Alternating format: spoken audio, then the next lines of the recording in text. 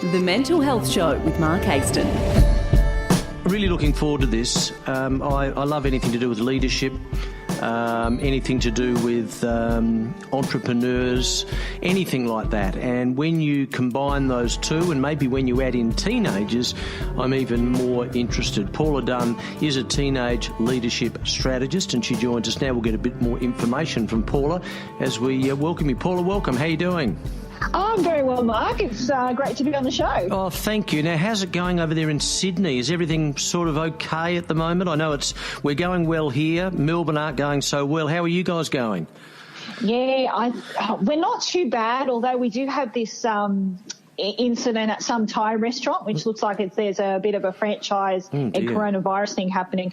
But I've been staying indoors pretty much and only going out when I need to. And if I do go out, I wear a mask. So good. Well, I'm being a good girl. You're being a better girl than that Kerry Nash, that woman that stupid woman, which I had a rave about at the start of the program, where she's turned up at Bunnings and wanted to get in, and of course videotaped it, so they put it on Facebook. And now it turns out, though, get a load of this, Paula, she's a former employee.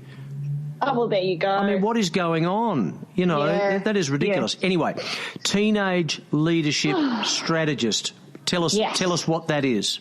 Yes. Well, basically, I help teenagers create confidence to conquer life in their own way. So essentially, it's helping them understand their beliefs, their biases, and the behaviours in which culminate from those two things. And sometimes the behaviours that they have are, not so positively constructive for them, and in some instances can be quite toxic. And the worst case scenario is looking at teenage suicide. So I work with parents and educators to make sure that teens are very supported and they're understanding who they are. And how I do this is through creating a leadership mindset. That's wonderful. And I know we spoke on the phone yesterday or earlier today. Well, I can't remember now. No, earlier today.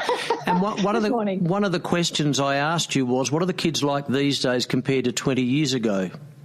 Oh, well, that's a good question. Well, the comparison I have is really for myself, and the reason why I've introduced leadership at such a young age as a teenager is because I remember back to those days where I was feeling uncertain about myself and comparing myself to everybody else and never thinking I was good enough, despite my achievements, and getting to a point in year 12 where I was suicidal and I nearly ended my life. And to have had the understanding of what my emotions were all about and the negative beliefs I had inside me and all of that, if I had known what that all meant and that it's part of, growing up and the hormones and everything that are playing around, maybe things would have been different. Oh my! I'm flabbergasted. We didn't talk about that this morning. I can't believe. Well, I'm. This will sound weird, but I'm grateful that you've said that and that you've owned up. Not owned up. That's not quite the right word either. But you've been honest enough to say that you actually felt like ending your life. If you don't mind me asking, and I know this wasn't the premise of the interview in the first place. Why can you just unpack that? Why did it get to such a point where you wanted to do that? Okay. Well, I come from a migrant family. So my parents came to Australia during the 1950s from Europe. So obviously I grew up with the beliefs that we had to assimilate. They came in the time where you had to fit in and belong and be part of the crowd. And so I grew up those family beliefs, and plus also it was hard. It wasn't easy for them. And I grew up with the mantra of life wasn't meant to be easy and that money doesn't grow on trees. So obviously, it's a value-based thing. And so my parents did the best, and the fact that I must just say a preface here that I was born with a birth defect of my face. So I was born with a bilateral cleft lip and palate, or a hair lip, as people can coin it. So these days, they're called special needs kids. So I grew up in a time where you had to look the same as everyone else and be normal to fit in. And if you didn't, you got teased, you got bullied. Of course. So I got bullied relentlessly when I started primary school, name calling, being called fat lip and train tracks and, whatnot, and being physically kicked in the playground by the boys at school. So, I had it was It really took a lot to my confidence and self-esteem, and and because of how I looked, I was put in categories like slow learners class because they thought I was not grasping the concept, but the teachers didn't realise in those days that it was because I was under tremendous anxiety and stress from the constant bullying, and so of course I didn't take in any concepts. So by the time I got into high school, I was behind everyone and I was at the bottom of my classes pretty much struggling to understand things. So it was a very steep learning curve for me when I got into high school, because, my parents basically put me into a private all-girls Catholic school.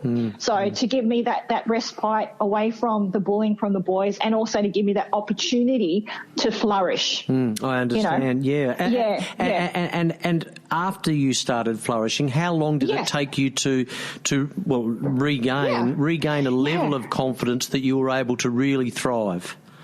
Well, to be honest, I never had the confidence, but by year 10, I was in academic maths, English and science and religion. Brilliant. And by the time I was in year 12, I got in the top 10% of the state for New South Wales for biology and music, and I got into the University of Wollongong for biomedical science. So I got into my dream career of becoming a medical research scientist. Oh, for heaven's sake. And that in turn gave you more confidence? No. Oh, wow. Okay, well, no, I never tell me. That's the kicker. Isn't that weird? It is weird. Or is it weird? Maybe it's not. No, it's normal. It's normal. And especially in girls and high-achieving girls in particular, we have this sense of what they call imposter syndrome, where we feel like even though we strive really well, we're doing really well at school. Usually my CV is 15 pages long with all the stuff I've done, and having that understanding of never feeling that I'm good enough, and being a female, we tend to compare ourselves because we're highly critical of ourselves and of others around us. It's just in our innate nature, and it's just like looking to the side and going, well, is it normal? And having that pressure as a female looking through the different milestones as we grow up, when our friends are getting boyfriends, when our friends are settling down, they're going to uni, what are they studying, how much are they earning, how many kids are we going to have, it just never stops. It never stops. Wow. Yeah. The imposter syndrome I can relate to. I have suffered that over a number of years, and you don't know my background here in Adelaide, but I worked at Channel 10 as a sports presenter for 25 years, and I worked at the ABC prior to that from the 80s for 15 odd years, and I've done breakfast radio and stuff like that. And am I the best? No. But am I the worst? No. But at the same time, there have been periods where I have felt like an imposter. It's actually quite common, isn't it? Yes, it is very common. And the misconception is they think that it's just women, but men suffer from it too. They just display it in a different way. Or hide it, or hide it better. They hide it better. Is that what you're saying? They hide it better. Yeah. They hide it better, or they're very big at big noting themselves, and being very what they call arrogant, or overly confident in a way to mask it. Yeah. And quite often, and this was certainly the case for me, Paula, but quite often you use comedy as well to mask it. Yes. I use humour a lot as well. Yeah. And I'm quite optimistic. Yeah. But isn't that interesting? You're optimistic, yet at the same time not totally confident. Yeah. We're complex, aren't we? We are very complex creatures. We really are. Yeah. Well, that's the thing, because the misconception I had growing up, obviously the pressure of wanting to fit in, and my idea, because I was getting bullied for looking how I looked, I wanted to stop the bullying. I wanted to stop the pain. And I thought back then that the only way I had to stop the pain was to get into university and have a degree and be respected for my brain. That was my logic. That was my logic behind it. But in reality, that's not the case, because, I've gone through corporate bullying, and it has nothing to do with how I look. It's based on my performance, and achievement and accolades. So essentially that kind of backfired. Yeah, well, they're external, as you would know, and external things in the end never work because we can never be good enough in everyone's eyes. For example, if we compare ourselves with a lot of people, there'll always be people who are taller than me, darker skinned than me, better looking than me. All of those things. I mean, of course, there are other people who aren't as tall or aren't as or don't have the skills that I've got, but you tend to just brush them aside and worry more about the people that you feel are better than you. But they're all external. The way to, we don't probably have time to go into this, but I'd love to talk to you more about this. But the way to overcome that, it's got to be internal. Exactly, and that's where I come in with helping teens create confidence through looking at their mindset and shifting that mindset. Helping them maintain momentum during times of when they're feeling overwhelmed and they're feeling anxious and stressed and they don't know which way is up. Yeah, and continuing that momentum and just keep going, because the hardest thing is always to start and take baby steps. Well, and that's the perfect springboard for us to talk a little bit about that. So I was really intrigued by your article on Media Stable. For our listeners, in a very general sense, just explain what the article was about. Oh, for me. Okay. Yeah. Well, basically, I had an experience because obviously COVID-19 has taken a big hit on my business as well. So, and so I approached a recruiter back in my old industry, in the pharmaceutical industry, and looking for work. And obviously I was upfront and honest about, my business and the challenges that's facing and obviously looking at the macroeconomics of how what the experts are forecasting for entrepreneurs. And so I thought, well, it makes logical sense. It might be good to go back and use my expertise and my experience back in my industry, especially, now with COVID-19 and I work in medical research, it probably would help.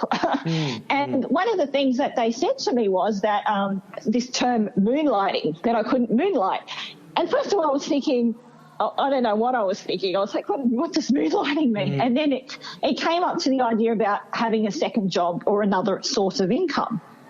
And then I was taken aback. And I'm thinking, surprisingly, we're so globally connected and we're trying to tell even our next generation that entrepreneurship is the new skill that everyone must learn to stay relevant. And you still have big corporates saying, no, this is unacceptable. You can't have a side gig. I mean, I've got friends that work in various industries that have side gigs, but they don't tell them. So it's either upfront, you either don't do it, or you conceal it. Absolutely. So it's pretty disappointing. Yeah, without any doubt. So and I guess. And we've touched on this. One of the issues about getting a side gig or moonlighting is having the confidence, A, to be able to talk to your employee about that, or B, to actually go out and do it. And that's another area that you focus on, or one of the main areas, and that is not so much offering, but helping young kids develop those leadership skills and those confidence skills. Tell me about that.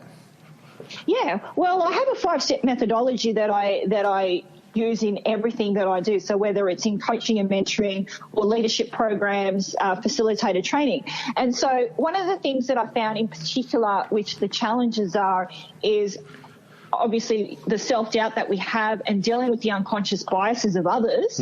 And so the 5-step methodology that I use is looking at confidence, so creating confidence, understanding our identity and who we are. And then I move on to looking at conscious inclusion, and that's looking at, diversity and inclusion, so making sure that we're developing that sense of emotional intelligence. Yes. So it's not just understanding ourselves, but others around us and their maps of the world, right? And then the third step is moving into that sense of growth mindset, which is important for us to grow and develop in such a connected and globalized world. Yes. But then the fourth thing that's critical in developing a great leadership mindset is congruence. And what I mean by congruence is walking the talk. You are, and this is the hardest of all of them to become, because, as we're in corporate, we have to have a certain persona. We have a persona at work, we have a persona at home, and we have a persona on social media. Great point. There's all different personas. So what I try and do is make sure that we align the personas, because the more alignment we have, the less stress and anxiety one becomes. Whether you become an entrepreneur, that is very important, because branding is who you are. It's the identity. And so in our brains, if I'm allowed to sort of say this, but we are very finely tuned. We do have a finely tuned bullshit meter in our brain. Yeah, no, okay? I understand. Yeah. So we need to make sure that we're in alignment. And then the fifth one is collaboration, because, you can't do anything on your own and be successful. It's all about teamship, mateship, helping each other out, pulling each other up, and that's the 5 methodology that I use with the teams. That's really, that last one. I mean, I'm interested in all of them, but that last one's an interesting one, because as you would know, being in the corporate world, that doesn't necessarily happen. It's more about people putting you down, playing games, trying to climb over you, metaphorically speaking, trying to get to the top, trying to make sure you don't get to the top. That is so tiring, Paula. That is so tiring. Exhausting. It's exhausting because they haven't satisfied the previous 4 on that methodology wheel that I have. Yeah. That's why there's no collaboration. You cannot collaborate and you cannot create a collaborative, cohesive workplace environment without satisfying the previous 4 pillars. Yeah, well, and the interesting thing about all of that is that if you're confident and you're confident in your own ability and you understand yourself, and perhaps if you've got all those other pillars in line, then you are going to, if you're a leader and you have people working with you or for you, whichever terminology you want to use, and you need 2 or 3 people, you need to delegate stuff. Instead of being jealous about that or worry that they're going to do it too well and then get your job, you've got to be confident in yourself to be able to do that and allow them to flourish and do what they need to do. Would you agree? I agree. I don't want to be my belief is, as a leader and as I was in corporate, is that everybody has a different strength. And I have my own strengths, and I'm very strategic, I'm very big picture focused, and I'm really good at seeing 10 steps ahead of the team. So being able to understand the grand scheme of things and where we are, where we need to take everyone on a journey, I'm really great at motivating and influencing people. So that's my strength. But the other strength, I might have people on my team that are really good at reading data and deciphering spreadsheets. Well, why would I spend my time working on that when I could be doing something resourceful? 100%. You touched on you made a comment earlier that I was interested in, and I wanted to pick up on. Has it, over the last 4 or 5 months? I mean, obviously it's been difficult for everyone on the planet. Yeah. But what about for those who are wanting to pivot and they either lost their job or they've been laid off for a while, and they start thinking about perhaps becoming an entrepreneur? Are there more of those as a result of COVID?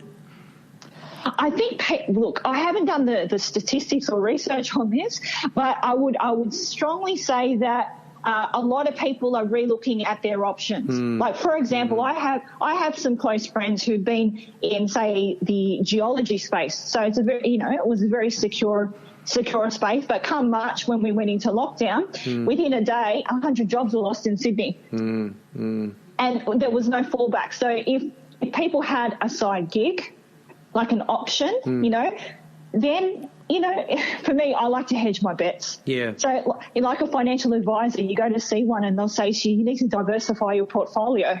Doesn't that make sense? Of course it does, yeah. And the more options you've got, the more confidence you're going to have in life. Absolutely. I mean, if I can say this, the universities, look at the Australian universities, they've hedged their bets onto 50% of international students come from China, their revenue. So is that right? I was looking at the statistics and I was quite horrified at the amount, how much compared to other Western countries take in influx of international students for revenue. Wow. And now we've gone belly up, and we're waiting for the government to help support and sustain our tertiary institutions. So if you're talking to a group of students now, yes, and obviously you would talk to them about a lot of things, but give us a snapshot on one key thing that you would say to them that you could leave them with. Okay. Well, especially those that are currently in Year 12, because, it's... could not imagine the stress that you're going through right now. You know, with the uncertainty about, will I get into university? Will that course that I want to get into still be available next year? You know, like, what are my options? I mean, I remember when I was at high school, they were saying, oh, you could go to TAFE, you know, so it's like looking at your options. But the biggest thing my advice to you would be is to develop skills that are transferable.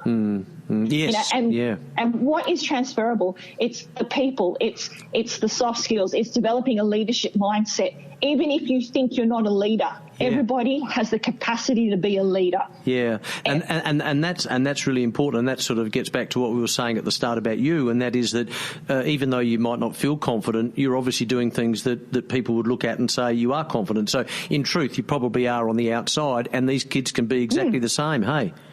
Yeah, and that's the thing. Like, just the other day, I heard from a client of mine, one of her good friends committed suicide, and she was in Year 12, and she went to one of the most prestigious girls' schools in Sydney, private school, and my heart was broken. Oh dear.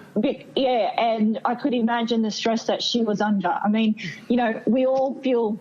As teenagers, you know, we feel guilty. Like if we've got parents that, you know, they want us to follow in their footsteps, there's guilt there, you know, because or if our parents have come from low socioeconomic working class and they're working 3 or 4 jobs and they're trying to give you a better life, you know, then there's guilt there because you want to make them proud. And as a teen, you know, we want to make our parents proud. We want to do the right thing and we want to do the best we can. But, you know, when we've got to look after, we're overwhelmed, we become like a feral cat. And we've got to look after ourselves. Paula, exactly. We're podcasting this as well, as you know, so this goes all over the place. So if someone wants to get in contact with you, how do they do it? Please jump onto my website. It's No Limits Consulting. .com.au. No limits. Limits with an S. Yeah, consulting.com. .au. Okay, and all your details are there in terms of email and phone number and all that sort of stuff. Yes. Look, that is wonderful, Paula. I'd love to get you on again because there are so many different topics. I know we sort of whizzed through a number of them there, but there's some really interesting topics that we could really drill down on that I think would be of great value to so many, and not just young kids either. I mean, it doesn't really matter how. No, it all translates. It all translates. It does. It does, absolutely. Paula, thank you so much for joining us. It's a pleasure. Thanks for having me, Mark. I really appreciate it. Thanks for being so brave and blowing me away in that first 2 minutes. My God. I think. Okay. Yeah. No. That was very open and honest of you, and I thank you very much for that. I wish you well, and I'll be in touch. A pleasure. Thank you so much. Thank you, Paula. Bye-bye.